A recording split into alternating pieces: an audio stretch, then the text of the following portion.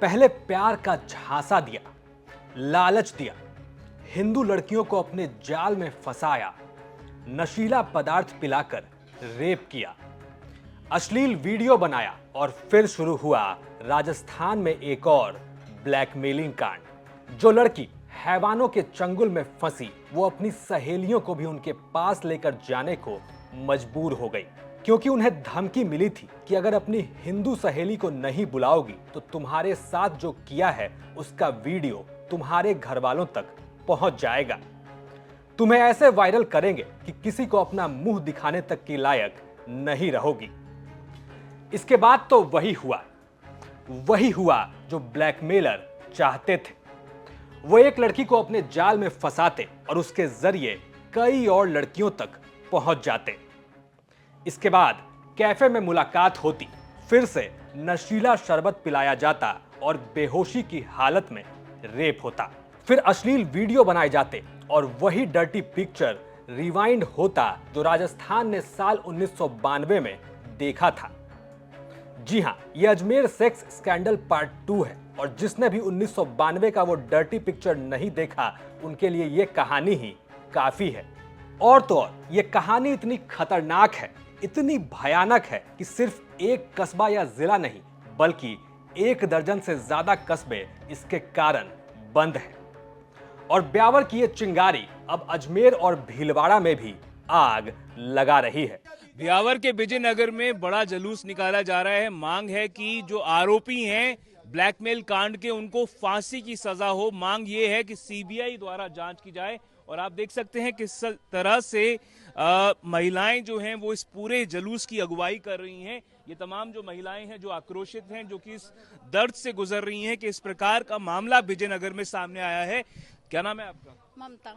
ममता जी, क्या कुछ कहना चाहेंगी आप? जिस तरह से विजयनगर का मामला सामने आया है, मैं देख रहा हूँ आपने पकड़ा हुआ है हाथ में जो बैनर, उस पर लिखा हुआ है हिंदू बेटियों की रक्षा हो।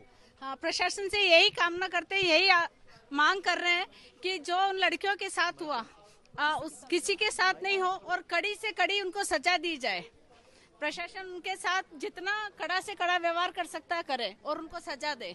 मैम, अभी तक कई आरोपियों की गिरफ्तारी हो चुकी है जिसमें पूर्व पार्षद हाकिम कुरैशी भी शामिल है। क्या आपको लगता है इस पूरे मामले में और आरोपी जो हैं वो सामने आ सकते हैं? हाँ, आगे से आगे बड़े और भी उसमें बड़े तार जुड़े हो सकते हैं।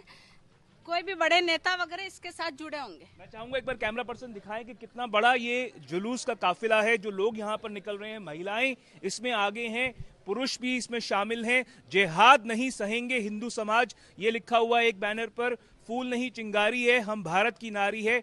ब्लैकमेल कांड की सीबीआई से जांच हो। लेकिन क्या हुआ कि अचानक 3 जिले और दर्जन भर कस्बे जलने लगे? क्या हुआ कि सारे के सारे हिंदू संगठन एक साथ बवाल पर उतर आए? और क्या हुआ कि अचानक राजस्थान में एक बड़ी साजिश का भांडाफोड़ हो गया? ये पहले आप उन लड़कियों की जुबानी सुनिए जो हिम्मत करके इस कांड को सामने लाई हैं। मैं गई थी उसके साथ में कैफे में, वो मेरे को लेके गया। फिर वहाँ पे उसके फ्रेंड भी थे, पर वो मैं गई, मैंने कुछ खाने पीने के लिए सब मना कर दिया था। फिर भी उन्होंने मेरे को बोला कि नहीं, मुझे कुछ पिलाया। मुझे ऐसा लगा कि इसमें कुछ है, पर फिर मैं कुछ बोल नहीं पाई। मैंने वो पिया, पर फिर मुझे पता नहीं चला उन्होंने मेरे साथ गलत काम किया। कब वीडियो बनाया उनके फ्रेंड ने मुझे पता नहीं चला। बाद में मुझे बताया कि ये तुम्हारी वीडियो है, अगर किसी तुम्हारे फ्रेंड से कांटेक्ट नहीं करवाओगे तो हम ये वीडियो तुम्हारे घर वालों को भेज देंगे या वायरल कर देंगे। कितने लोग थे वो 5-6 लोग थे उस वक्त जब मैं गई थी उसके साथ मिलने के लिए। कौन कौन थे? एक तो सोइन मंसूरी था, एक ये जे और रियान, साहिल। ब्यावर जिले का विजयनगर शहर, यहां 15 फरवरी को 2 लड़कियां सामने आई इस बात के साथ कि ब्यावर के कुछ लड़के इनके साथ बलात्कार करते हैं। एक नहीं, कई लड़कियों को कैफे में बुलाया जाता है, वहां किसी ने रेप किया तो किसी ने वीडियो बनाया। 1 से ज्यादा लड़कों के सामने लड़कियों की इज्जत लूटी गई।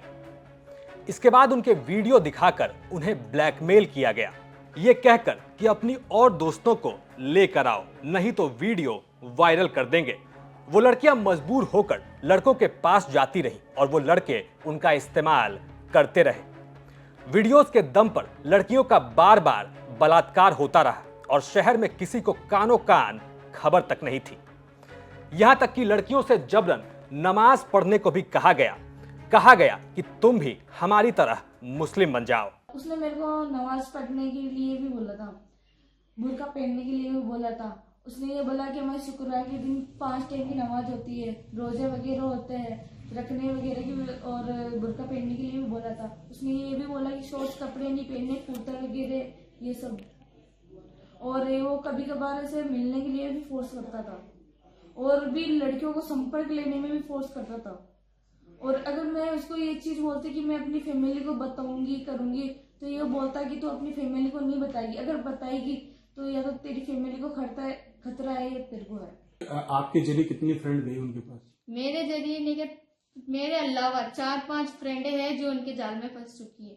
अच्छा, आपके जरिए? हाँ, मेरे आपने जरिए। दबाव बनाया कि? हाँ, फर्स्ट बार मेरी मुलाकात हुई थी और मेरे जरिए उन लोगों को भी फंसा दिया उन्होंने। क्या कहते थे आपको उनको बुलाने के लिए? उनको बुलाने के लिए बोलते थे कि नहीं कि इनको बुला जबरदस्ती, वरना तेरी वीडियो वायरल कर देंगे, और किसी भी प्रकार से इनका किसी भी फोटो निकाल के इनको भी नुकसान है और तुझे भी है। उनके साथ भी गलत काम किया? उनके साथ भी गलत काम, जैसे आपके साथ अन्य जगह ले जाकर किया। ब्यावर में कई लड़कियों का ब्लैकमेल कर न सिर्फ बलात्कार किया गया, बल्कि उनके धर्म परिवर्तन की भी कोशिश की गई। और जब कांड में हकीम कुरैशी जैसे पूर्व पार्षद भी शामिल हो, तो आप सोच सकते हैं बाकी आरोपियों के हौसले कितने बुलंद होंगे।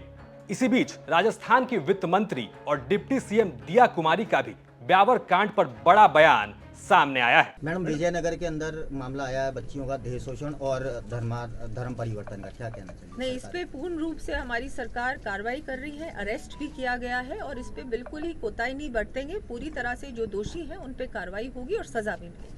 मैम, अभी भी इसको लेकर आंदोलन चल रहे हैं, कई जगह बंद किया जा रहा है, कार्रवाई लगातार हो रही है, लेकिन इसके बावजूद इन घटनाओं को लेकर निंदा जाहिर की जा रही है। नहीं, देखिए, सरकार अपनी तरफ से पूरा प्रयास कर रही है कि इस पे हम तुरंत जल्द से जल्द कार्रवाई हो, जो उचित कार्रवाई है होनी चाहिए, और पूरी तरह से बहुत हम लोग इसको सतर्कता से बहुत सीरियसली इस पे ध्यान दे रहे हैं। पुलिस सख्ती से काम कर रही है, डिप्टी सीएम कार्रवाई की बात कर रही हैं, और कार्रवाई के नाम पर फिलहाल 10 आरोपियों को गिरफ्तार किया गया है। नाम है श्रवण, करीम, आशिक, सोहेल मंसूरी, रिहान मोहम्मद, अरबाज, इरफान, असलम, रज्जाक, मुबारक और इमरान खान। कितनों को पकड़ा जा चुका है, कितने नाबालिग हैं और क्या आज रहा कोर्ट में, कितनों को पेश किया? अभी तक प्रकरण के अंदर कुल 10 आरोपियों की गिरफ्तारी हो चुकी है, जिसमें 3 नाबालिग हैं और 7 बालिग हैं। पूर्व में जो पेश किए थे उनको भी आज पेश किया गया और उनके लिए कोर्ट से रिमांड मांगी गई हमारे द्वारा, तो कोर्ट से 5 दिन की रिमांड मिली है। और जो नए आरोपी 3 हमने गिरफ्तार किए हैं, उनसे भी उनके अनुसंधान के लिए हमने कोर्ट से रिमांड मांगा, तो 7 दिन का अनुसंधान के लिए हमें रिमांड प्राप्त हुआ है। सर, अब तक जांच में जो रिमांड पर लिए थे, क्या सामने आया? कुछ और आरोपियों की लिप्तता इसमें सामने आई है सर? अभी तक जो अनुसंधान आ रहा है, और जैसे जैसे चाहे वो लोगों से पूछताछ से है या कोई टेक्निकल एविडेंसेज आ रहे हैं या और भी कोई तथ्य सामने आ रहा है, उसके आधार पर जो भी आ रहा है, जैसे नए जो 3 आरोपी गिरफ्तार हुए हैं उसी के बेस पे हुए हैं, और भी कुछ लोग अगर इसमें संलिप्तता पाई जाती है तो उनको भी गिरफ्तार किया जाएगा। सर, आपने मोबाइल भी जब्त किए, उनमें से कुछ मिला आपको?